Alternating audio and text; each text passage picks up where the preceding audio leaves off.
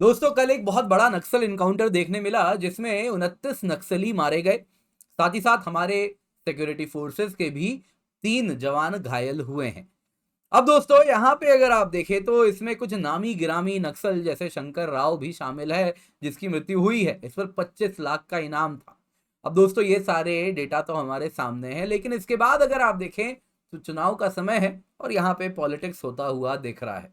कांग्रेस के काफी top leader हैं, प्रीवियस मुख्यमंत्री हैं भूपेश बघेल जी, उन्होंने इस इनकाउंटर पर सवाल उठा दिया है।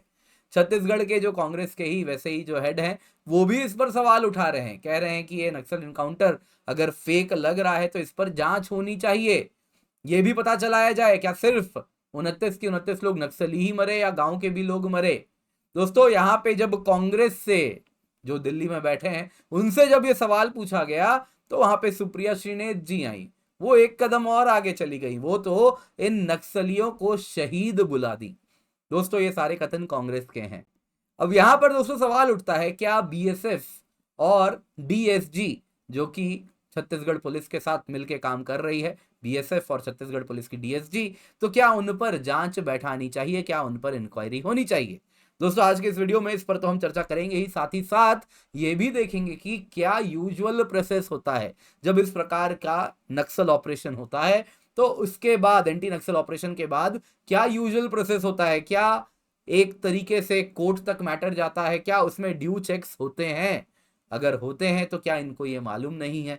मालूम है तो फिर ऐसे कथन क्यों है? क्या उसमें कोई लूपहोल है? क्या है ये सारी बातें? आइए आज के इस वीडियो में इसी पर चर्चा करते हैं। तो दोस्तों इससे पहले आगे बढ़े, आइए आपको मैं सुप्रिया श्रीनेत जी ने क्या कहा पहले वो सुना देता हूं। छत्तीसगढ़ में नक्सलियों का एनकाउंटर है, लेकिन भूपेश बघेल का बीजेपी की राजनीतिक फर्जी एनकाउंटर। अब इस पर बीजेपी कह रही है कि नक्सलियों का एनकाउंटर हुआ, इस पर कांग्रेस जो है राजनीति कर रही है। नहीं, मैं इस पे कोई राजनीति नहीं करना चाहती हूँ। मुझे लगता है इसकी बिल्कुल गहन जांच होनी चाहिए और उन सब लोग जो शहीद हुए, हमारे सुरक्षाकर्मी भी कुछ घायल हुए, उन सबको हमारी संवेदनाएं हैं और इसमें कोई राजनीति का सवाल ही नहीं है। तो दोस्तों नक्सल को शहीद बुलाया है जो मारे गए हैं। दोस्तों यहाँ पर क्या है पूरी कहानी, आइए इस वीडियो में देखते हैं। पर इससे पहले आगे बढ़े आप लोगों से निवेदन है वीडियो को लाइक कर दें, अलग अलग ग्रुप्स में शेयर करना बिल्कुल भी ना भूलें, भारत संवाद को अवश्य सब्सक्राइब करें। न्यूज में क्या है दोस्तों, कल की बात है, बिगेस्ट एवर छत्तीसगढ़ में इनकाउंटर हुआ है। 29 नक्सली कांकेर डिस्ट्रिक्ट छत्तीसगढ़ में मारे गए हैं। 3 सिक्योरिटी पर्सनल भी इंजर्ड हैं। बहुत बड़े क्वांटिटी में वेपन्स भी सीज किए गए हैं, वो सब भी नक्सलियों से रिकवर हुआ है।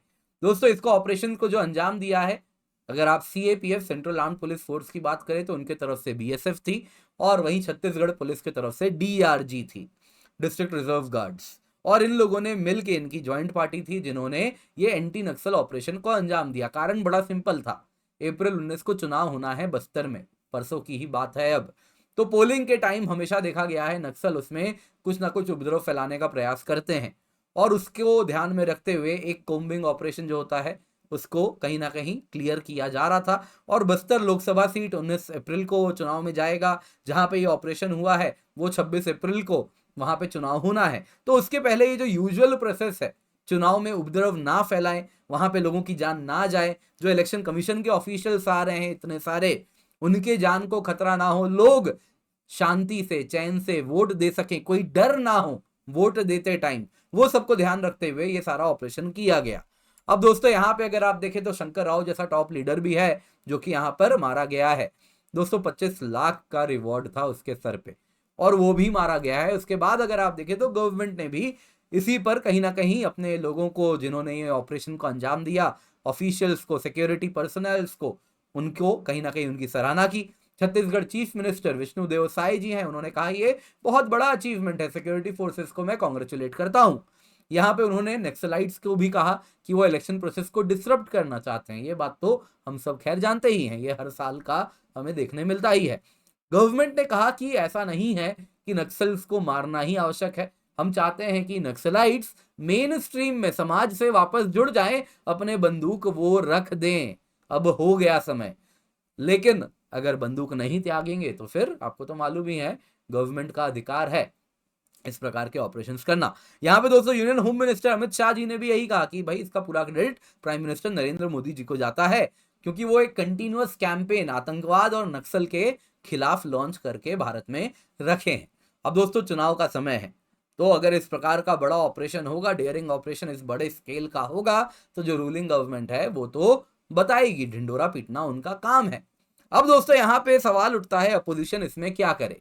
तो यहाँ पर दोस्तों जो कांग्रेस लीडर हैं, जो फॉर्मर सीएम भूपेश बघेल जी हैं, उन्होंने कहा कि देखिए मेरी गवर्नमेंट ने इफेक्टिव एक्शन किया था नक्सल के खिलाफ पिछले 5 सालों में।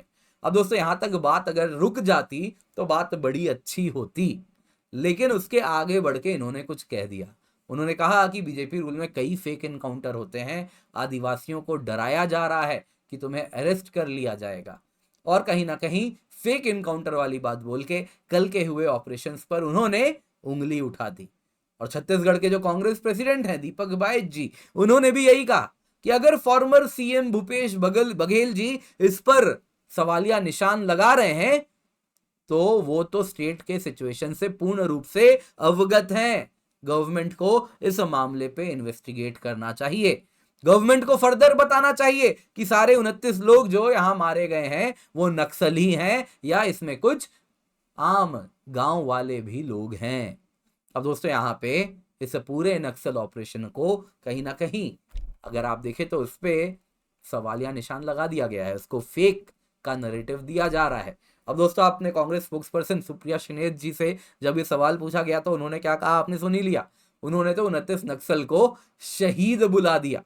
शहीद का वैसे शाब्दिक अर्थ क्या होता है दोस्तों, ये वो है जो कि मजहब के लिए मरे, जो भी है दोस्तों। अब माटेर जिसको कहते हैं तो मजहब के लिए है ना, उस कार्य के लिए जब कोई मरे तो उसे शहीद कहते हैं। हमारे यहाँ जिसे माटेर भी अंग्रेजी में कहते हैं, तो वही 29 नक्सल को उन्होंने शहीद कह दिया, माटेर कह दिया। दोस्तों आयरॉनिकली यानी अगर आप देखें तो विरोधाभास है कि उन्होंने कहा कि उनकी पार्टी इस मामले में कोई पॉलिटिक्स नहीं करने वाली, लेकिन यहाँ नक्सल अपीजमेंट तो हमें देखने मिल रहा है। दोस्तों अब यहाँ पर सवाल उठता है कि आखिरकार जब भी इस प्रकार का ऑपरेशन होता है तो प्रोसेस क्या होता है। देखिए आपको जानना बहुत जरूरी है। देखिए सबसे पहले आप ये बात जानिए, कोई भी central armed police force, CRPF हो, बीएसएफ हो, आईटीबीपी की यूनिट हो, एसएसबी की यूनिट हो, वो सिंगल हैंडेडली ऑपरेशंस को अंजाम नहीं देती। उनके ऊपर स्टेट पुलिस के भी साथ में ज्वाइंट टीम हमेशा बनती है, स्टेट पुलिस के भी लोग होते हैं, सो दैट स्टेट पुलिस का भी विजिल रहता है कि सेंट्रल आर्म्ड पुलिस फोर्स कहीं से भी कोई सिंगल हैंडेड तरीके से कानून का रूल का उल्लंघन ना करे। अच्छा, नंबर 2, जम्मू कश्मीर में भी जब आपको मालूम होगा आरआर की यूनिट रहती है तो उनको भी पुलिस असिस्टेंस मिलता है, वो भी पुलिस की टीम के साथ मिलके ही इस प्रकार के ऑपरेशन को अंजाम देते हैं। दोस्तों यहाँ पे आपको बता देता हूं, RR unlike BSF, ITBP, CRPF army के द्वारा उनके लोगों के द्वारा मैंड है, फिर भी पुलिस का इन्वॉल्वमेंट रहता है। ये चेक्स एंड बैलेंस है जो हमारी डेमोक्रेसी में बहुत आवश्यक है। आगे सुनिए, हर इनकाउंटर के बाद एक डिटेल्ड रिपोर्ट बनाया जाता है, जितने भी वेपन्स इन्वॉल्व होते हैं इस पूरे एक्शन में। मान लीजिए अगर इस पूरे एक्शन में बीएसएफ के, डीआरजी के जो हमारे फोर्सेस थे, मान लीजिए उनके अगर 100 लोग थे जिन्होंने इस इनकाउंटर में पार्टिसिपेट किया, तो उनके जितने भी वेपन्स थे सब के सब सील हो जाते हैं, सबका फॉरेंसिक्स होता है।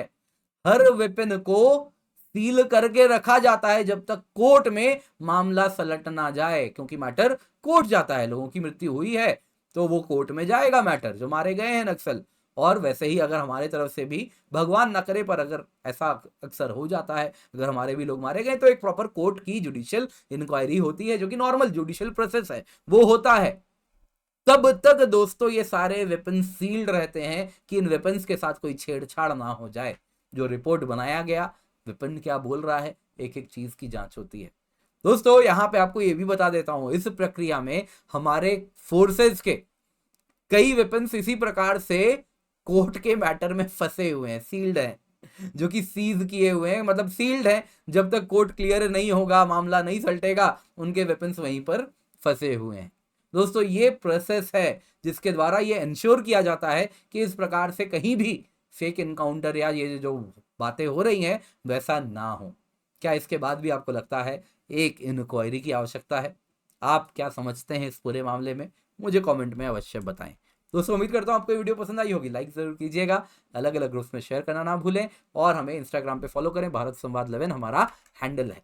इसके सिवा दोस्तों और एक वीडियो आ रहा होगा, इसको अवश्य देखिएगा और हमें सब्सक्राइब करना ना भूलें, बेल आइकन दबाना ना भूलें। मेक श्योर आप वीडियो को लाइक अवश्य करें, शेयर जरूर करें।